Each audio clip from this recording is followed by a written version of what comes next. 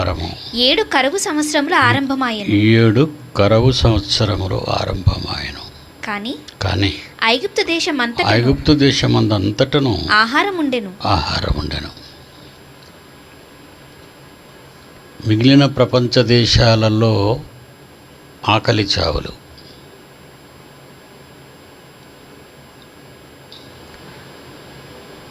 మీరు ప్రపంచ చరిత్రలో క్రీస్తు పూర్వం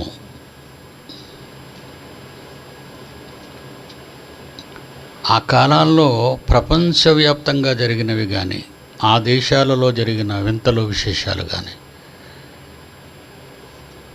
చరిత్ర పుస్తకాలలో రాయబడుతూ ఉంటాయి. కరువు వచ్చిందా లేదా, ఆకలి చావులు ఉన్నాయా లేదా, ఇవన్నీ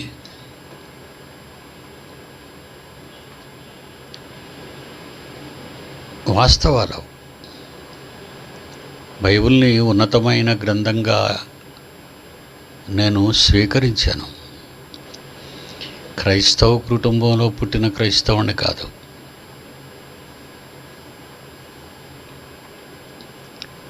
మా తాత క్రైస్తవుడు, మా ముత్తాత క్రైస్తవులు, మేము క్రైస్తవులు అని చెప్పుకునే క్రైస్తవులు కాని వారున్న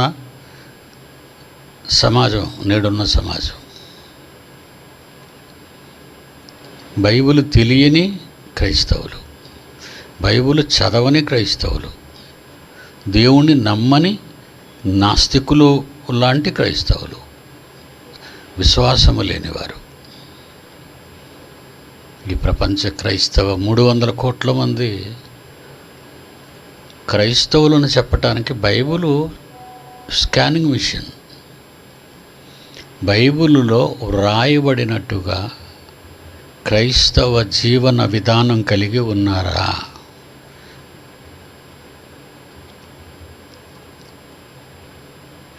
కనుక మా అమ్మ చెప్పిందనో మా నాన్న చెప్పాడనో నేను క్రైస్తవుని కాలేదండి.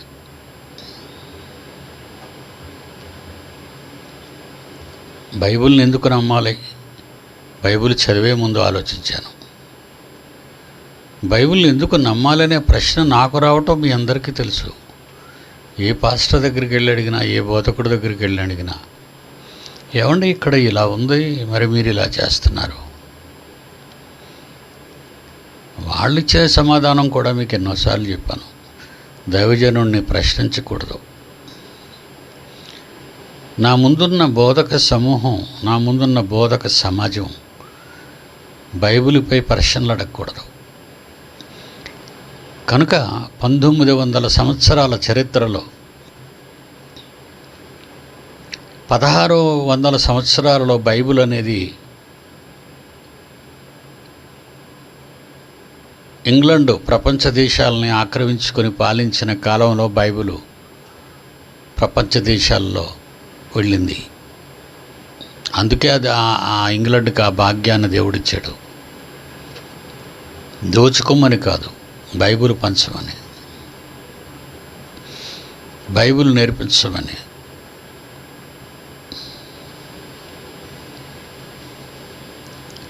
బైబిల్ ఎవరికి అర్థమైంది? బైబిల్ మనుషుల చేతికొచ్చి 400 సంవత్సరాలు. ఏమి నేర్చుకున్నారు అమెరికన్స్?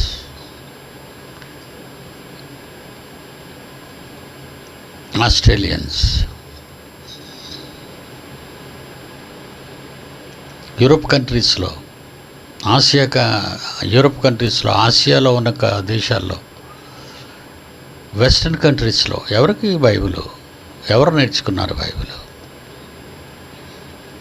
ఇప్పటికీ 100% అండి బైబిల్ సరిగా పరిశోధనాత్మకమైన ఆలోచన లేనివారు. సైన్స్, ఇక ఈ ప్రజలు నా మాట వినాలంటే నేను సైన్స్ని ఎత్తుకోవాలని సైన్స్ని ఎత్తుకున్నాను. ఎన్నో మహాసంగతులు దేవుడు బైబిల్లో రాయించిన శాస్త్రీయ పాఠాలు నేర్చుకున్నాను. బైబిల్ బట్టి, వాళ్ళ బట్టి కాదు. వాళ్ళ తప్పులు బైబిల్ దగ్గరకు తీసుకెళ్ళింది నన్ను. దైవజనులను చెప్పుకునే వారు ఇచ్చిన సమాధానాల తప్పులు గనుక బైబిల్ చదవడం ప్రారంభించాను, ఆలోచించడం ప్రారంభించాను.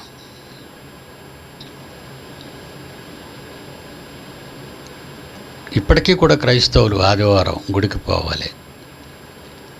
తొలకరి పంట, కడవరి పంట, అది హార్వెస్ట్ ఫెస్టివల్స్ అది చేస్తారు కదా, గోలీల పండుగ, సమాధుల పండుగ,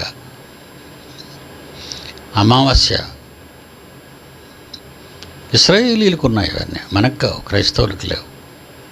బైబిల్ ఎప్పుడు ఎక్కడెక్కడ మారుతూ వచ్చిందో ఆ జనరేషన్స్ ట్రెండ్, ఆ జనరేషన్లో అప్పటికున్న పరిస్థితులు, వాతావరణ పరిస్థితులను బట్టి దేవుడు చట్టాన్ని ఇశ్రాయేలీలకు ఇచ్చాడు. నాట్ అదర్స్ ఉన్నారు ప్రపంచంలో, వాళ్ళు మాత్రమే కాదు, ఎలాంటి వాళ్ళు ఎన్నో వందల జనరేషన్స్ ఉన్నాయి.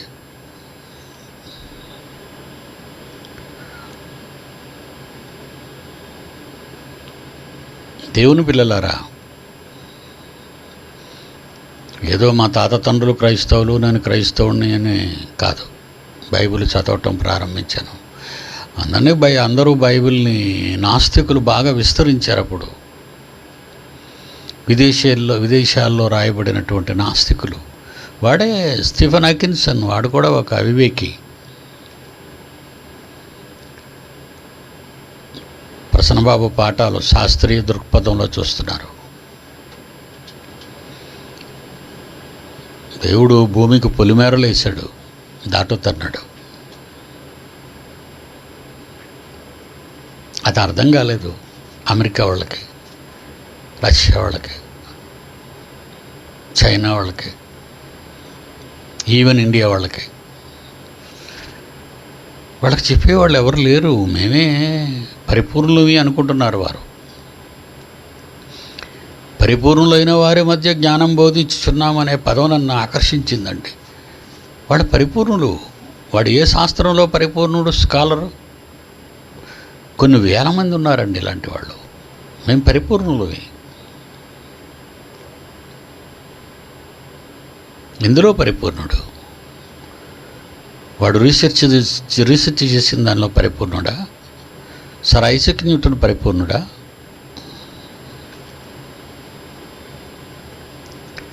ఏమండి, ప్లూటో పరిపూర్ణుడా? అరిస్టాటిల్ పరిపూర్ణుడా? ఎంతోమంది శాస్త్రవేత్తలు పరిపూర్ణులు కాదు. ఒకరిపై ఒకరు ద్వేషాన్ని వెళ్ళగొక్కుంటూ, ఒకరినొకరిని తొక్కుకుంటూ పైకి రావాలని వాళ్ళ చరిత్రలోని వాళ్ళ సంగతులన్నీ కూడా సింహగర్జనలో రాశాను చూడండి. కిరాతకులు, స్వార్థపరులు.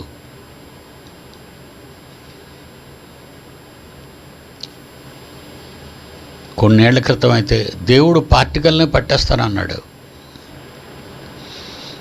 జినీవాలో అండర్గ్రౌండ్లో చాలా పెద్ద సొరంగం భూమి లోపల భాగంలో సింహగర్జనలా ఉంది. దేవుడు పార్టికల్ని పడతావా? పట్టేస్తావా? దేవుని కణాన్ని పడతావా?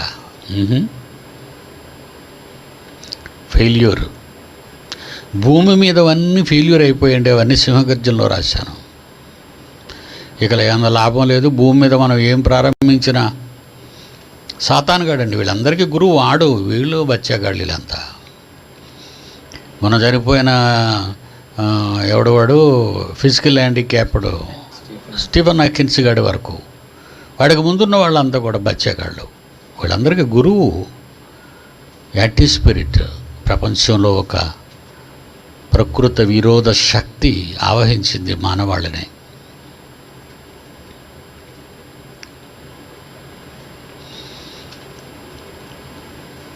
ప్రపంచ చరిత్రలు చూడండి, బైబిల్ చూడండి. ఈజిప్ట్ దేశం బైబిల్లో ఉంది. ఈజిప్ట్ దేశం చరిత్ర దేవుని దయాసంకల్పంలోనే ఒక భాగం. ఇశ్రాయేలీలు 430 సంవత్సరాలు కాపాడలేందుకు, లేకపోతే ఆకలి చావుల్లో అప్పుడే చచ్చిపోయేవాళ్ళు ఆఫ్టర్ 7 years. చూద్దామండి, ఇక్కడ నుంచి చాలా బాగుంటుంది. ఐగుప్తు దేశమందు సమృద్ధిగా పంట పండిన సంవత్సరములు గడిచిన తరువాత యోసేపు చెప్పిన ప్రకారము యోసేపు చెప్పిన ప్రకారము 7 కరువు సంవత్సరముల 7 కరువు సంవత్సరములు ఆరంభమాయనుగానే ఐగుప్తు దేశమందంతటా ఐగుప్తు దేశమందంతటా ఆహారం ఉండేది. ఆహారముండెను, మిగిలిన దేశములందరికి దక్కట ఆకలి చావులుండెను.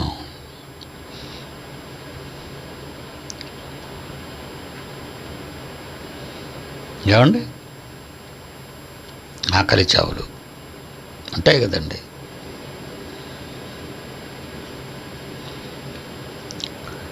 దేవుని పిల్లలు అడుగుపెట్టిన ప్రతి చోట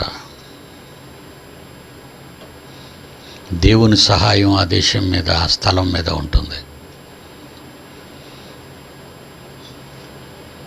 ఈజిప్ట్ దేశం అంతటి మీద ఆ దేశం దేవుని పక్కకు నెడితే అదే ఈజిప్ట్ దేశంలో భయంకరమైన శిక్షలు విధించాడు. కరోనా లాంటి శిక్షలు విధించాడు ఈజిప్ట్ మీద.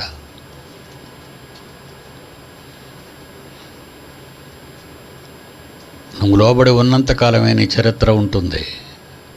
నువ్వు లోబడకపోతే నిన్ను చరిత్రహీనుడిగా చేస్తాను. మోషేను హక్కును చేర్చుకున్న ఫరో వేరు. ఫరో ఎర్ర సముద్రంలో మొసలి క్రూరుడు వాడు, ఇశ్రాయేలును విడిచిపెట్టినవాడు. వాడు క్రూరత్వంతో విడిచిపెట్టాడు. దేవుడు వాడిని పట్టుకున్నాడు. ఎన్నో కష్టాలు, ఎన్నో బాధలు, భయపడి విడిచిపెట్టాడు. విడిచిపెట్టిన రోషం తన్నుకొచ్చింది. వెళ్ళిపోయిన వాళ్ళ మళ్ళీ చంపేయాలనుకుని మళ్ళీ యుద్ధ రథాలతో బయలుదేరాడు. ఎర్ర సముద్రంలో మునిగి చచ్చిపోయాడు యుద్ధ రథాలతో పాటు. ఎంతవరకు దేవుడు నిన్ను కాపాడాలో కాపాడుతాడు. కానీ మరీ నువ్వు టూ మచ్గా పెట్టరేకపోతే ఏం చేయాలో దేవుడికి తెలుసు.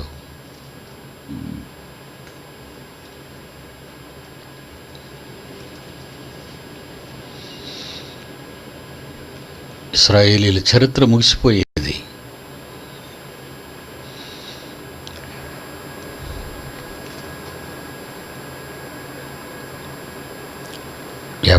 ఐగుప్తు దేశం అన్నంతటనో కరువు వచ్చినప్పుడు ఆ దేశస్థులు ఈజిప్షియన్స్ ఆహారము కోసం ఫరోతో మొరపెట్టుకున్నారు. అప్పుడు ఫరో మీరు యోసేపు నద్దకు వెళ్ళండి, అతడు మీతో చెప్పినట్టు చేయుడని ఐగుప్తీయులతో చెప్పాను. ఐగుప్తీయులందరితో చెప్పాను. ఏ కష్టం వచ్చినా రాజుతోనే కదండి చెప్తారు.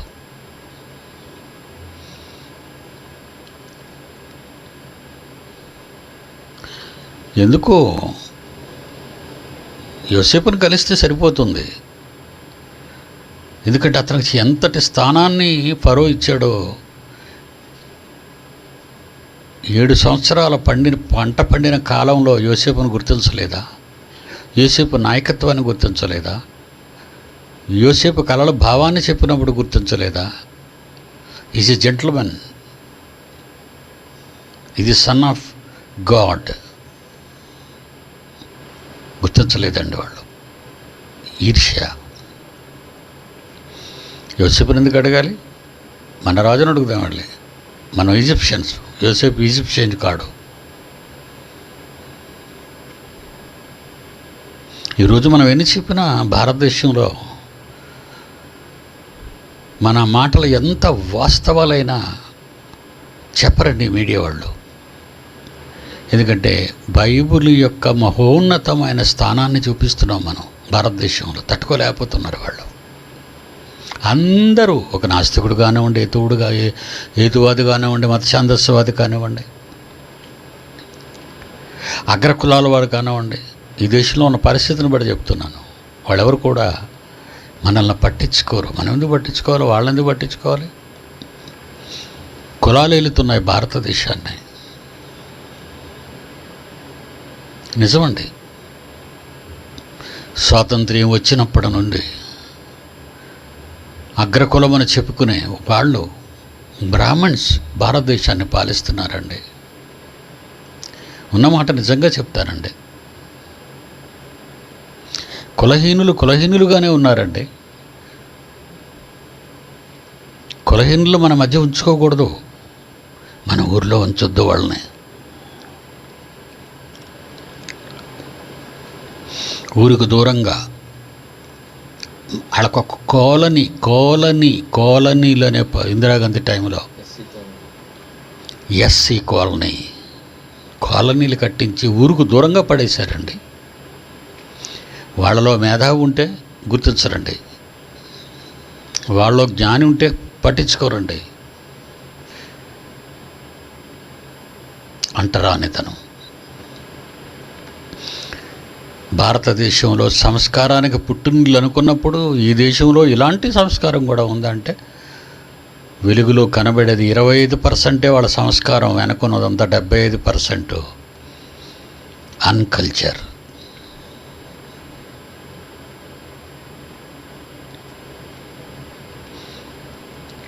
ఇక తర్వాత కులాలు చౌదరీస్ అండి, కమ్మవాళ్ళు, క్షత్రియులు.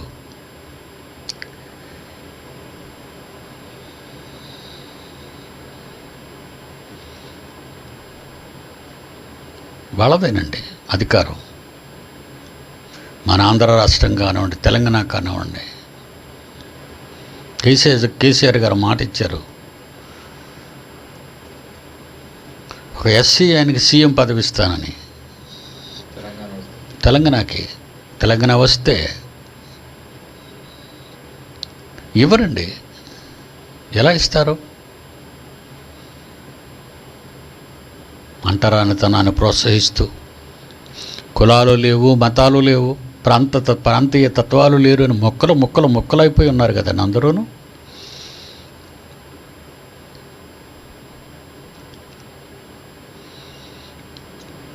కనుక మీడియా వాళ్ళకెవరు కావాలి? ఏ రంగమైనా చూడండి, అగ్ర కులాల వారిదే. ఈ కులాలు అనే పదాన్ని పుట్టించి ఆ కులానికి నీరు పోసి పెంచి ఎరువు వేసి మహావృక్షంగా పాతేశారండి భారతదేశంలో. అన్ని రాష్ట్రాల్లో అదే వెళ్తుందండి కులం.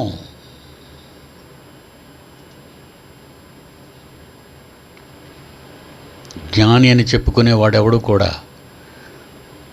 భూమి మీద పుట్టుకొచ్చిన ప్రతి మనిషికి తల్లి ఒకతే అని శాస్త్రీయంగా నిరూపించిన తరువాత కూడా ఇంకా కులం అంటున్నావేంటి అంటే నువ్వు మారవన్నమాట. మారవు. నువ్వు మారుతారని అమాయకులు ఎదురు చూస్తున్నారు. నువ్వు మారవని నాకు తెలుసు.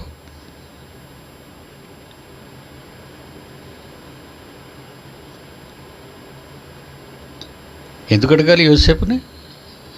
రాజు దగ్గరికి వెళ్దాం. రాజు కరెక్ట్గా ఆన్సర్ చేశాడు. వెళ్ళండి యోసేపుని అడగండి.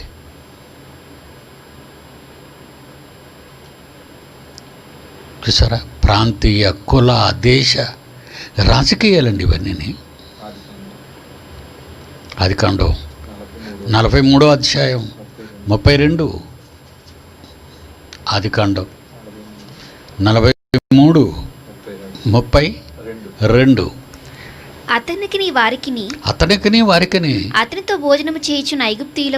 అతనితో భోజనము చేయుచున్న ఐగుప్తీయులకును వేరువేరుగా వడ్డించిరి.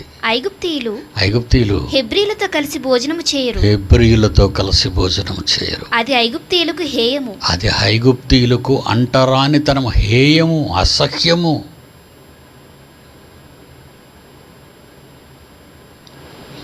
యోసేపు దగ్గరికి వెళ్తారు అడగడానికి. చూసారండి ఈ కుట్రలు, కుతంత్రాలు మనిషి పుట్టినప్పటి నుంచి భూమి మీద పుట్టుకొచ్చాయండి వాళ్ళ మనస్సుల్లో. అందరూ భక్తులే, అందరూ దేవుని నమ్ముకునేవాళ్ళే. కానీ ఏంటి తేడాలో? నాటకం, గేమ్. అంతవరకెందుకండి ఇతర దేశాలు, ఇతర మతాల గురించి మాట్లాడడం? మన క్రిస్టియానిటీ గురించి మాట్లాడుకుందాం. క్రైస్తవుడు అయిన తరువాత కూడా జగన్మోహన్ రెడ్డి ఎందుకు?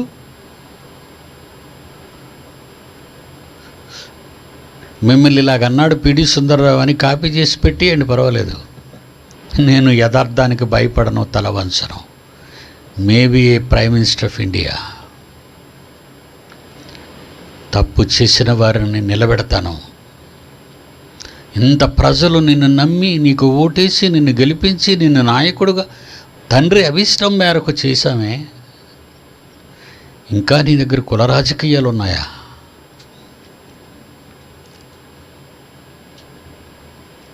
క్రైస్తవుల్లో కమ్మవాళ్ళైతే వాళ్ళు కూడా వెనకాతల చౌదరి అని తగిలించుకుంటారండి.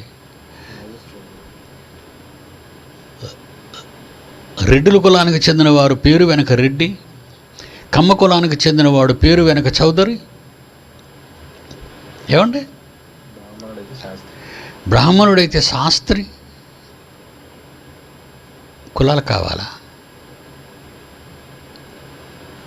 గతంలో ఒక ఆయన అన్నాడు, నార్త్ ఇండియాలో ఈ బీజేపీ లీడరు, సౌత్ ఇండియాలో వాళ్ళంతా నల్లలాగా దున్నల్లాగా ఉంటారు, వాళ్ళు గేదెల్లాగా.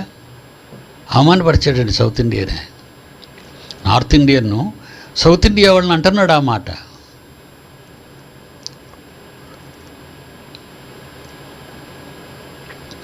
మానవ జీవితాలు మారవండి చెప్పటం, వినేవాళ్ళకి చెప్పటం. అందుకే నాకంటూ నా పిల్లలను తయారు చేసుకున్నానండి. ఇది చెప్తున్నదంతా నా పిల్లల కోసం అండి. మీకు అవసరం లేదు, మీకు చెప్పిన అనవసరం కూడా. Waste time is valuable words. ప్రపంచంలో సైన్స్ని ఎదిరించే ఒక విశ్వవిద్యాలయం అంటూ ఏదైనా ఉన్నది అంటే అది ప్రపంచంలో, భారతదేశంలో, ఆంధ్రప్రదేశ్లో ఉంది. Bible open university India international. ఎక్కడెక్కడో విశ్వవిద్యాలయాల్లో చేశానని సర్టిఫికెట్లు పట్టుకుని ప్రపంచానికి చూపించి గొప్పవాళ్ళని పెంచుకున్న వారులారా, మీరంతా మా దృష్టిలో చిన్నపిల్లలు.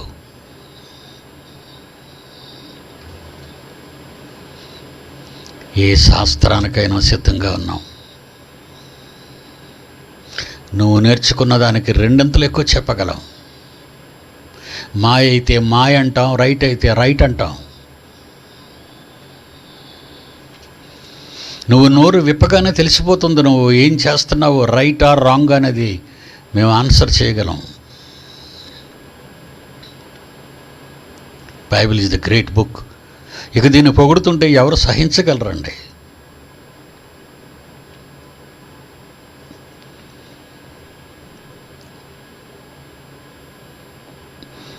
యోసేపు దగ్గరికి వెళ్లకుండా రాజు దగ్గరికి వచ్చి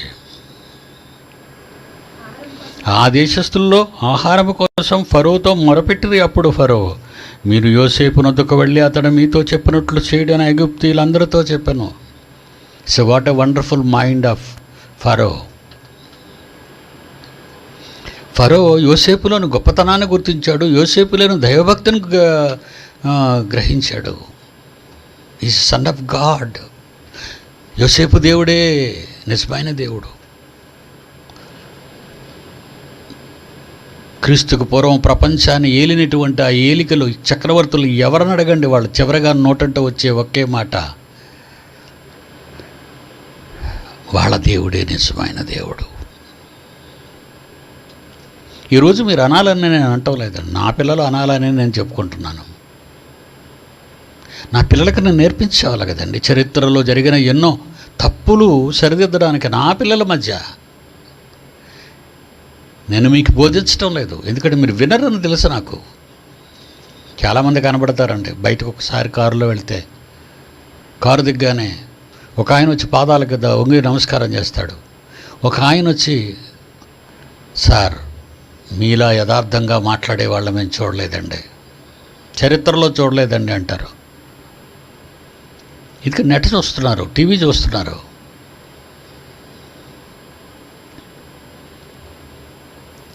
వాస్తవాన్ని బయటకు తీయాలి. సత్యం అనేది చాలా లోతుల్లో ఉంది, బయటకు తీశాను. ఇకపోతే ఓన్ క్రిస్టియానిటీ. ఈ క్రిస్టియానిటీలోనే ఐక్యత లేదు, వీళ్ళే మొక్కలు అయిపోయారు.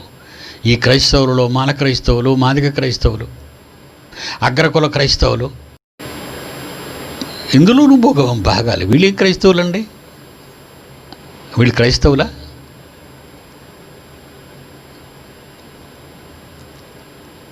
యూదుడని గ్రీసు దేశస్థుడని భేదం లేదు, స్త్రీ అని పురుషుడని భేదం లేదు. అందరూ ఒక్కరే. ఒకే ఆడదాని నుండి వచ్చారు, ఒకే తల్లి నుండి పుట్టినవారు. శాస్త్రీయంగా నిరూపించబడినటువంటి వాస్తవం. దీన్ని ఎవరు కాదనగలరు చరిత్రలో? చెప్పండి. అయినా మారారా? నీ శాస్త్రం రాసుకొని నీ చంకలో పెట్టుకో, మాకు అవసరం లేదని వీడి పద్ధతుల ప్రకారంగా, వీడి కుల పద్ధతులు, వీడి పరిస్థితి, వీడి మనస్తత్వాన్ని బట్టి వీడు నడుచుకుంటాడు. నాకెవడో చెప్పనవసరం లేదంటాడు.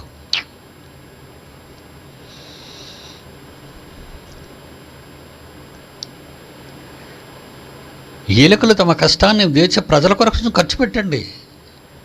చాలా డబ్బులు దాచుకున్నారు కదా. ఒక పార్టీ టికెట్ కొనడానికి 20 కోట్లు తీసుకున్నారు కదా. తెలుసండి మీకు? నా పిల్లలకి ఒక party MLA ticket, MP ticket ఇవ్వడానికి 20 కోట్లు మినిమం. 20 కోట్లు తెచ్చావా పార్టీ టికెట్? మళ్ళీ ఎన్నికల్లో ఖర్చులన్నీ నువ్వే ఖర్చు పెట్టుకో. ప్రజలకు పంచుతావో, ఏం చేస్తావో, ఊరేగిస్తావో నువ్వే చూసుకోవాలి. 20 కోట్లు ఇక్కడ ఇచ్చి ఎలక్షన్స్లో 5 కోట్లు 10 కోట్లు ఖర్చు పెట్టి, అంటే ఎంత డబ్బు నువ్వు ఖర్చు పెట్టావు ప్రాథమిక స్థాయిలోనే. నీ దగ్గర ఎన్ని కోట్లున్నాయి అంటే అధికార గద్దెనెక్కి మనుషుల ఓట్లతో అధికారంలోకి వచ్చిన ప్రతి ఒక్కరూ కోట్లు కోట్లు కలిగి ఉన్నారని గ్రహించాలి. డబ్బులు లేని కూడా మార్కెట్కి ఎందుకు వెళ్తావు? రియల్ ఎస్టేట్ ఎందుకు చేస్తావు? అధికారికి వచ్చిన తర్వాత స్కూళ్ళన్నీ వాడవే. ఆ స్కూల్లో ఎన్ని లక్షలు ఫీజులు పెట్టినా వాళ్ళ ఇష్టం, ప్రభుత్వం అడ్డుకోదు. ఎందుకంటే పార్టీకి 20 కోట్లు ఇచ్చాడు.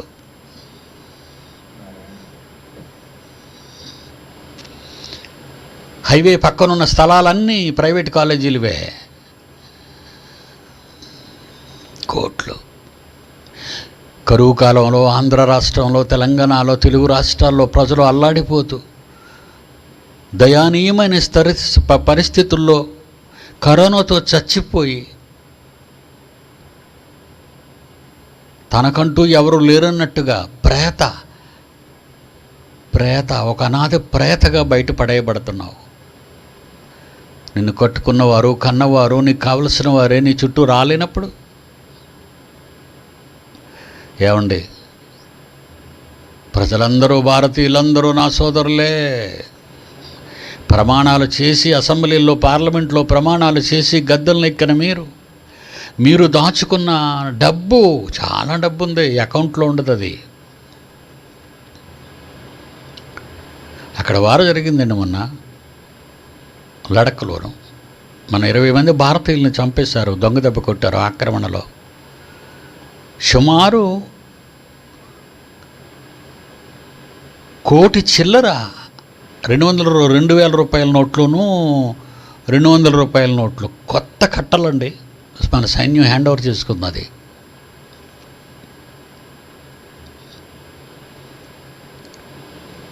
కట్టలు అంటే ఉగ్రవాదులకి కట్టలా? అక్కడికి ఎందుకు వెళ్ళాయి కట్టలు? యుద్ధం చేస్తున్న సమర రంగంలో ఎందుకండి కట్టలు? కత్తులు, రక్తాలు కనబడాలి, తుపాకులు, పేలుళ్ళు, శబ్దాలు వినిపించాలి. అక్కడెందుకండి నోట్ల కట్టలు? ప్రపంచాన్ని శాసిస్తున్నది కరెన్సీయే.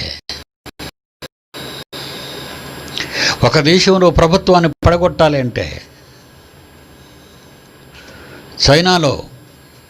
చైనా భారతదేశాన్ని జయించాలంటే, భారతదేశంలో ఉన్న రూలింగ్ పార్టీని డౌన్ చేయాలంటే కట్టలు డబ్బు ఖర్చు పెడుతుందండి శత్రుదేశం.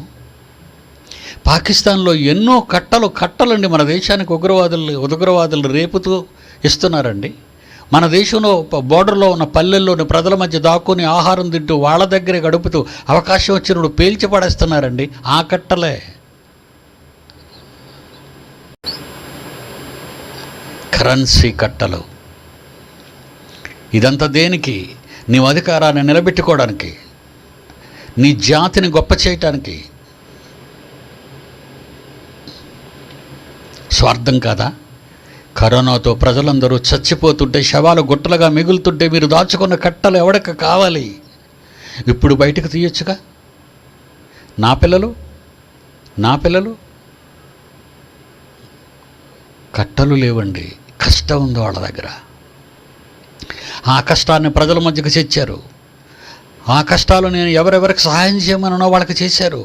ఆకలితో ఉన్న వారికి అన్నం పెట్టారు.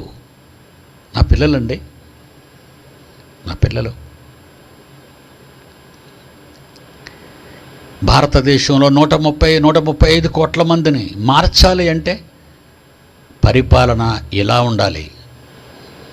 నిస్వార్థ పరులుగా ఏలికలు, పెద్దలను గౌరవించే పాలకులను తండ్రిగా భావించే జనాలు ఉన్నప్పుడు జనాలకు పాలకులకు మధ్య తండ్రి కొడుకుల సంబంధమే తప్ప రాజకీయాలు అవసరం లేదు, వ్యాపారం అవసరం లేదు, జాతి భేదం అవసరం లేదు, ప్రాంతీయ తత్వాలు లేవు. కులపిచ్చి మతపిచ్చి మనిషికి ఉండవండి. నా పిల్లల మధ్య కష్టాల్లో ఉన్నవారు వారికంటే కష్టాల్లో ఉన్నవారికో లేకపోతే వాడు కడుపు కట్టుకునే పంచారండి. 2 లక్షల సుమారు 3 లక్షలండి. 1 వీక్, విదిన్ 1 వీక్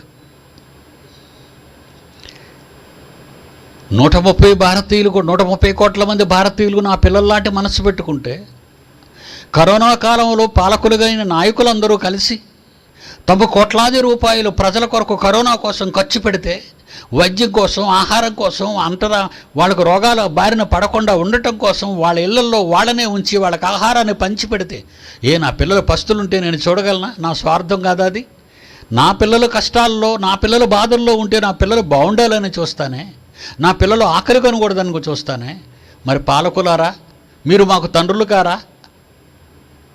మీరు మాకు తండ్రులైతే మీరు దాచిపెట్టిన కట్టలు తీసుకొచ్చి పెట్టలేరా?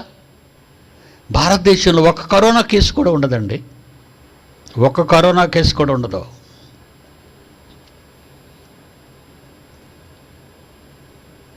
దాచేసుకున్నారు. మీ కట్టలు మాత్రం మీరు తీయరు. పూర్వకాలమందు రాజులు ఎప్పుడైనా దేశం మీదకి శత్రువులు దాడి చేస్తే మనం పోగొట్టుకుంటామేమో అని ఎక్కడెక్కడో భూమి అంతర్భాగాల్లో కోటాను కోట్ల విలువ చేసే బంగారాన్ని ఎన్నో విలువైన సామాగ్రిని దాచిపెట్టారండి. శత్రువులు రావటం, యుద్ధం చేయటం, రాజవంశాన్ని నాశనం చేయటం అన్నీ కూడా మట్టిలో ఉండిపోవటం జరిగింది. అందుకే ఇప్పుడు తవ్వకాల్లో దొరుకుతున్నాయి అవన్నీ కూడా. మీకు కూడా ఇదే గతి పడుతుంది. మీరు సంపాదించింది మీకు కాకుండా పోతుంది. ప్రజల మీద వ్యాపారం చేసి ప్రజల జీవితాలతో ఆడుకుంటూ, పని లేదు కనుక మీ ఇళ్ళకు పొండని ఎంత దారుణంగా ప్రవర్తించారండి. వేలకు వేల మైళ్ళు నడుస్తూ చచ్చిపోయారండి. ఏలికలుగా ఉన్న మీరు, పాలకులుగా ఉన్న మీరు, పిల్లలుగా చూడలేని ఈ ఓట్లతో నువ్వు గద్దెనెక్కావు. ఆ పిల్లల్ని పట్టించుకోకపోతే నువ్వు ఒక తండ్రివా?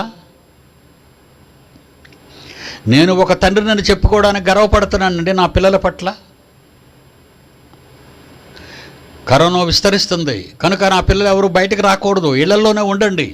ఇళ్లలో ఉన్న పిల్లల కోసం నా పిల్లలే ఆలోచించండి.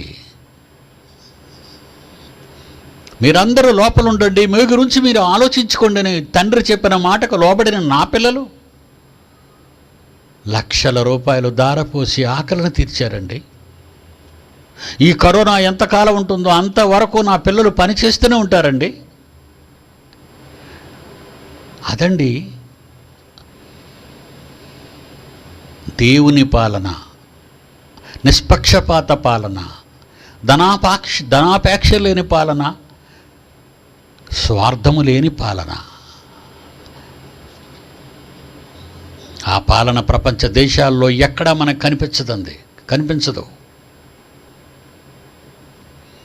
అంతా దోపిడీ.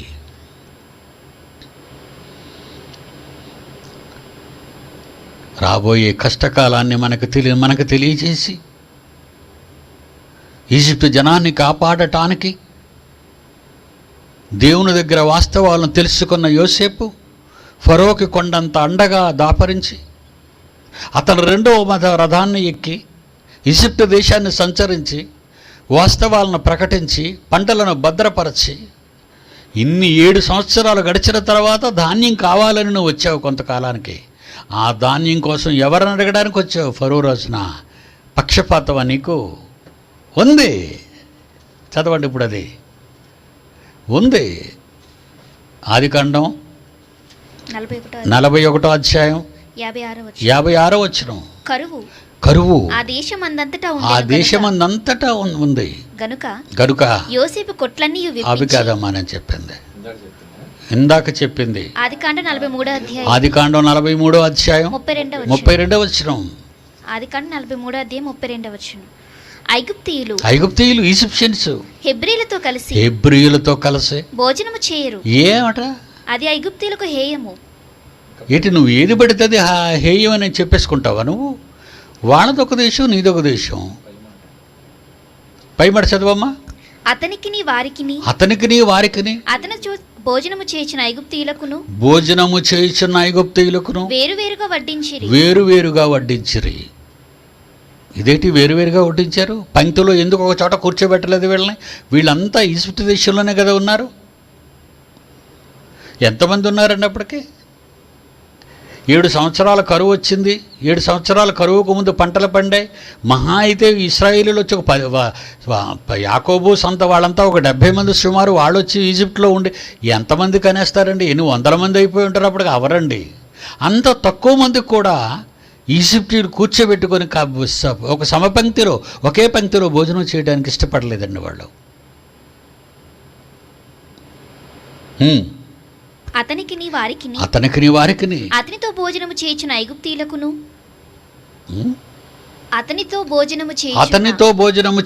ఐగుప్తీయులకును వేరువేరుగా వడ్డించిరి. ఐగుప్తీయులు హెబ్రీలతో కలిసి భోజనము చేయరు. అది ఐగుప్తీయులకు హేయము. ఎందుకు హేయు? పరాయి వాళ్ళనా? పరాయి దేశస్తులనా? అందుకే వచ్చారండి ఫరోని అడగడానికి. ఫరో కరెక్ట్గా సమాధానం చెప్పాడు. యోసేపు ఏంటో, ఆయన గొప్పతనం ఏంటో అన్నీ తెలుసుకున్నాడు. ఆయన పక్షాన దేవుడు ఉన్నాడని నమ్మినవాడు రాజైతే. అందుకే ఆ కాలం అంతా 3 పువ్వులు 6 కాయలుగా ఈజిప్ట్ దేశం వర్ధిల్లింది.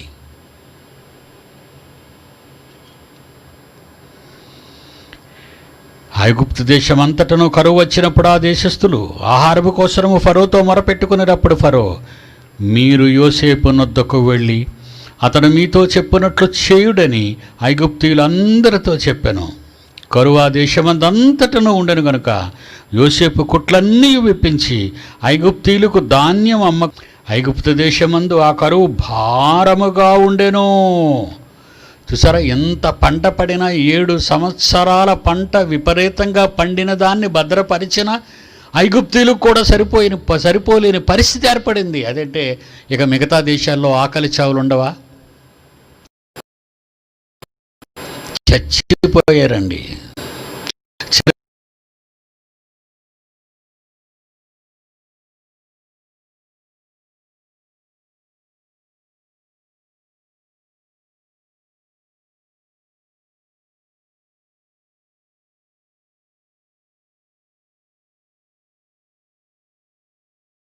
ఉండెను కరువు దేశమందు. ఆ కరువు ప్రతి దేశమందు భారమైనందున సమస్త దేశస్థులు యోసేపు నొద్ద ధాన్యము కొనుటకు ఐగుప్తుకు వచ్చిరి.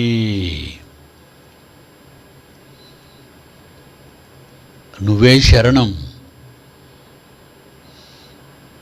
ఈజిప్ట్ దేశంలో అన్నం పెట్టే దేశం అది, పంటలు పండిన దేశం అది, గొప్ప దేశించాడు. ప్రపంచ దేశాలు వచ్చేసాయి ఈజిప్ట్ కాళ్ళ దగ్గరికి. అది ఫరో దగ్గరికి. ఫరో పేరు ప్రపంచంలో తెలిసిపోయింది. యోసేపు అన్న ఆయన ఉన్నాడు అక్కడ. యేసుక్రీస్తు మాట్లాడుతున్న కాలంలో ఎవరు వచ్చారట ఆయన చూడడానికి, ఆయన మాటలు వినటానికి? గ్రీసు దేశస్థులు, జ్ఞానులు కదండి వాళ్ళు. అరిస్టాటిల్ లాంటి మహా శాస్త్రవేత్తలు పుట్టిన దేశం అండి అది. ఒక సోక్రటీస్, ఒక ప్లేటో, గొప్ప గొప్ప వాళ్ళు పుట్టిన దేశం, విజ్ఞుల దేశం. ఏదైనా కొత్త సంగతుల యందు మనసు పెట్టే దేశం అది. హరిపయుగ మహాసభ అంటే ప్రపంచంలో అతి గొప్ప మేధావులు ఉన్న దేశం అది గ్రీసు దేశం అండి. పౌలు గారిని పిలిపించి, ఏంటి నువ్వేదో కొత్త సంగతులు చెబుతున్నావట, ఏదో ఒకసారి చెప్పు అని అడిగిన దేశం అది. గ్రీకులు పాలించిన దేశం అది. అలెగ్జాండర్ ద గ్రేట్ ప్రపంచాన్ని పాలించిన దేశం అది.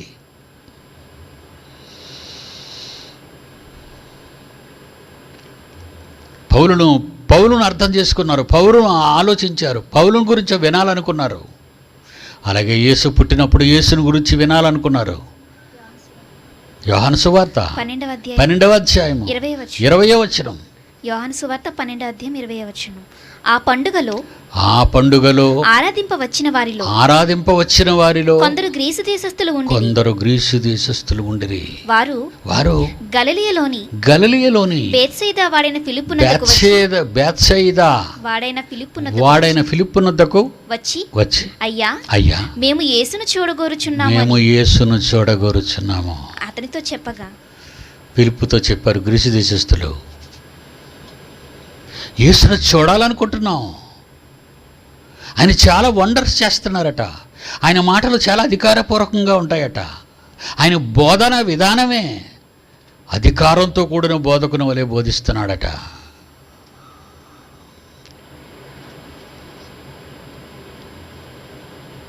యోసేపును చూడొచ్చారు. ఈ కరువు కాలంలో మనం బ్రతికి బట్ట కట్టాలంటే ఈస్ట్ దేశంలోకి ఉన్న యోసేపు దగ్గరికి వెళదాం. ఆయన చరిత్ర ఆనాటి ప్రపంచ దేశాల్లో మారుమరుగింది. అదంతా రాయడానికి ఈ బైబిల్ అనేది 66 పుస్తకాలు కాదండి. ఈ భూలోకమే సరిపోదు అనే భాష అనే మాట బైబిల్లో రాయబడింది. అవసరం లేదమ్మా. కరువా దేశమందంతటా ఉండను గనుక యోసేపు కొట్లన్నీ విప్పించి ఐగుప్తీయులకు ధాన్యం నమ్మకము చేసెను. ఐగుప్తు దేశమందు ఆ కరువు భారముగా ఉండెను. మరియు కరువు ప్రతి దేశమందు భారమైనందున సమస్త దేశస్థులు యోసేపునొద్ద ధాన్యము కొనుటకు ఐగుప్తునకు వచ్చి యోసేపునొద్ద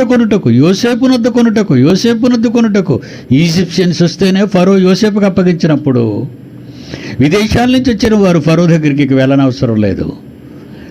యోసేపు గారి దగ్గరికే వెళదాం. మన పిల్లలు బ్రతకాలన్నా, మన దేశ ప్రజలు బ్రతకాలన్నా, మన దేశాలను మనం మరణాల నుంచి కాపాడుకోవాలన్నా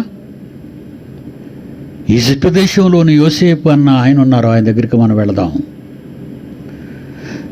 మన కరువు కాటకాల గురించి వివరిద్దాం. వాళ్ళు కోరినంత ధనాన్ని ఇద్దాం. మనం ఆహారం తెచ్చుకొని బ్రతుకుదాం. 7 సంవత్సరాలు కరువు, 5 నెలలు కరోనా, 5 నెలలు కరోనా. భారతదేశాన్ని చిన్న చూపు చూస్తుంది ఈరోజు ప్రపంచ దేశాలు. ఒక చైనా, ఒక పాకిస్తాన్ శత్రు దేశాలండి.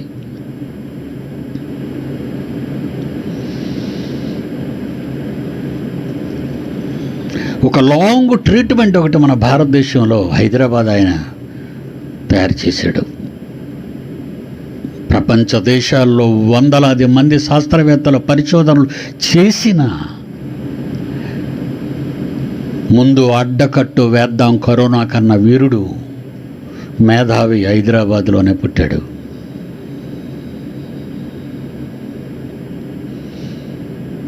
దానికి ఇండియన్ మెడికల్ సైన్సెస్ వాళ్ళు ఆమోదించింది. It's a wonderful medicine. అందాక అడ్డుకట్ట వేద్దాం, ముందు చావులు ఆపాలి కదా. నేను నిజంగా అండి దేవుని లెక్క పూర్తవుతుంది అనేది అర్థం చేసుకున్నానండి. అది చదవగానే నా పిల్లలందరికీ పంపించాను వాట్సాప్లో.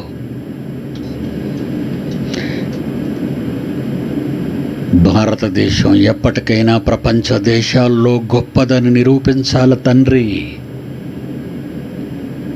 అది నేను ఎప్పుడు మీతో చెప్తున్నమాట, ఈవేళ అన్నమాట కాదు. అది జనసాంద్రత కలిగిన దేశం, పేదల దేశం, దారిద్ర్య రేఖకు దిగువన బ్రతుకుతున్న వారి దేశం భారతదేశం. మతాల కుమ్ములాటలో, మత ఛాందస్యవాదుల కొట్లాటలో అన్నిటితోని ఉన్న దేశం ఇది. మా దేశంలోనే ఎందుకు తండ్రి అడ్డుకట్ట వెయ్యాలన్న ఆలోచన వచ్చింది? కుమారునికి అతడు తయారు చేసిన మెడిసిన్ ఆమోద ముద్ర పొందింది. ఏమండి, ఫేక్ అని ఎవరనంటే అది తెలియక మాట్లాడుతున్నారు. I'm a sun of God. Being I'm a sun of God, I'm telling truth. ముందు అడ్డుకట్ట పడింది. 103 rupees only. Within 2 weeks, the medicine will come to India, all states, all places. పర్వాలేదండి. డాడీ చెప్తున్నాడు, అలాగని బయటకు వెళ్ళకండి, మరొక్క 2 వారాలు ఆగండి. మన దేశాన్నే, మన దేశం ఎందుకు ఈ మాట అంటున్నాడంటే, ఒక బ్రెజిల్ ఈరోజు భయంకరమైన చావులతో అమెరికాని దాటిపోతుంది. ఏముంది, corona it's like a fever అని బ్రెజిల్ ప్రధాని అన్నాడు. ఈరోజు ఆయన పదవికి వచ్చింది గండం. ఇలా చేసే మా దేశాన్ని వేల మంది చచ్చిపోయేటట్టు చేసావు నువ్వు అని ప్రజల తిరుగుబాటు ప్రారంభమవుతుందేమో భయపడి 2 మంత్రులు అప్పుడే రాజీనామా చేశారు.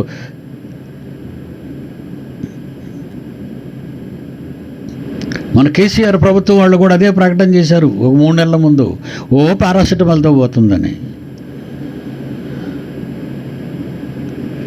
మనుష్యుల ఆలోచనలు వేరు, దేవుని ఆలోచన వేరు. ఎంతమంది చావాలో అంతమంది చచ్చిపోక తప్పదు. ఆయన లెక్క ముగించినంత వరకు ఆ రోగాన్ని తీయడు.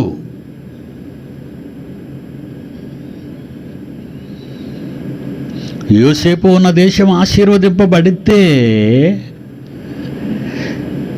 పాలకులుగా నా పిల్లలే దేశంలో ఉంటే ఇది దేవుని దేశంగా మారిపోయేది. నా పిల్లలు వారి కష్టములో కూడా వాళ్ళను పాలించి, వాక్యం బోధించి పాలించే నాయకులకు కష్టాన్ని ఇచ్చిన గొప్పవాళ్ళు నా పిల్లలు.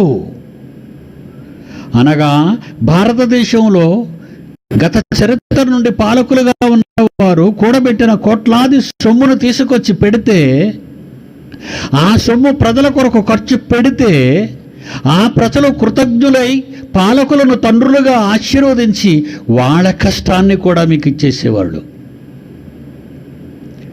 ఒక తండ్రి, ఒక కుటుంబము ఎలాగైతే కలిసి ఒక ఇంటిలో జీవిస్తారో, ఈ భారతావనిలో కాశ్మీర్ నుంచి కన్యాకుమారి వరకు, అరేబియా నుండి బంగాళాఖాతం వరకు ఉన్న 130 కోట్ల మంది ప్రజలు పాలకులు తండ్రులుగా ఉంటే, ప్రజలు పిల్లలుగా ఉంటే ఈ దేశము సస్యశ్యామలంగా వర్ధిల్లిపోయేది.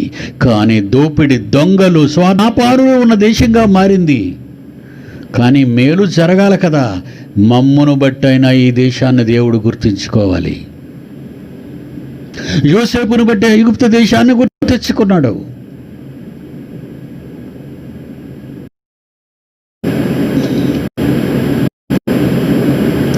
కరోనా విషయంలో ఎన్ని సద్విషయాలు మీకు బోధించానో, దీని ఆపుదల గురించి కూడా ఈవేళ చెప్పిన మాటలు మీరు ఒక్కసారి ఆలోచించండి. మేమున్న దేశము గనుక, ట్రూ క్రిస్టియన్ ఉన్న దేశము గనుక విరుగుడు ఇక్కడ ఆరంభమైంది. ఇంకా ఆ తర్వాత దాని మీద ప్రయోగాలు చేసి ఒక ట్యాబ్లెట్తో సారు. ఏమండి, మలేరియా వచ్చినప్పుడు ఎంతోమంది చనిపోయారండి. నాకు మలేరియా వచ్చినప్పుడు కూడా డాక్టర్ దగ్గర ట్యాబ్లెట్లు తెచ్చుకొని వేసుకుంటే కడుపు అంతా మండిపోతుండేది. ఈ మలేరియా విడిచిపెట్టేది కాదండి.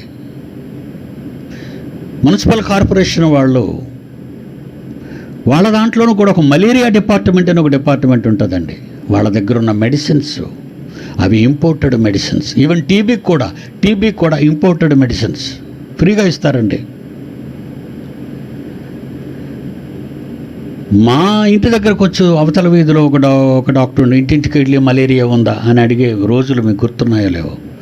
ఆ బాబుతో చెప్పేవాడిని, కబురెట్టేవాడిని. ఆ బాబు వచ్చి ట్యాబ్లెట్ ఇచ్చేవాడు. ఇవి ఇంపోర్టెడ్ ట్యాబ్లెట్స్ అండి. ఏమండి, ఇన్ని రోజులు డాక్టర్ దగ్గరికి వెళితే 3 రోజులకు వేసుకోమన్నా సరే కడుపు మండిపోయేది కానీ ఫీవర్ పోయేది కాదు.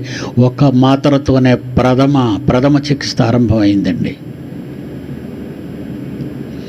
ఒక ట్యాబ్లెట్ ఇచ్చేవాడు అంతేనండి, వెంటనే టెంపరేచర్ డౌన్ అయిపోయేది. అలా 3 రోజులు వాడమనేవాడు. మళ్ళీ 3 రోజులు వచ్చి చూసేవాడు, జ్వరం తగ్గిందా అండి మీకని, మలేరియా టెస్ట్ చేసేవాడు. ఇదే కరోనా గండు పడింది కరోనాకి. ఇక్కడ జరగవలసిన చావులన్నీ అవుతున్నాయి. ఇంకా ఆపాలనుకున్నప్పుడు మందు రాక తప్పదు. అది మమ్మను బట్టి మర్చిపోకండి. హైందవ సోదరులారా, నాస్తికులారా, మత ఛాందస్యవాదులారా, ముస్లింలారా, నిస్వార్థ పరులైన మమ్మల్ని చూడండి. కష్టాలలో ఉన్న తమ కష్టార్జితాన్ని తెచ్చి తమకు వాక్యాన్ని బోధించే నాయకులకు ఇచ్చారు. వాళ్ళని పాలించే సంఘ పెద్దలకు పెట్టుబడి పెట్టారు. అది మా రాజ్యం, అది క్రీస్తు సామ్రాజ్యం, అది సార్వత్రిక దేవుని సంఘం.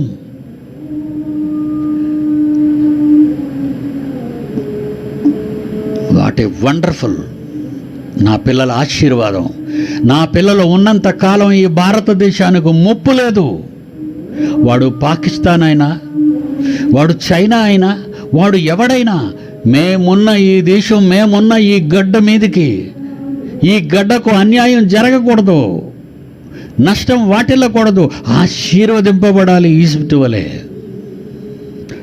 నాయకత్వం బాగున్నంత వరకు ఒక పాఠం నేర్చుకున్న నాయకత్వం, రాష్ట్రాలను పాలించిన నాయకులు తెలుసుకోవాలి.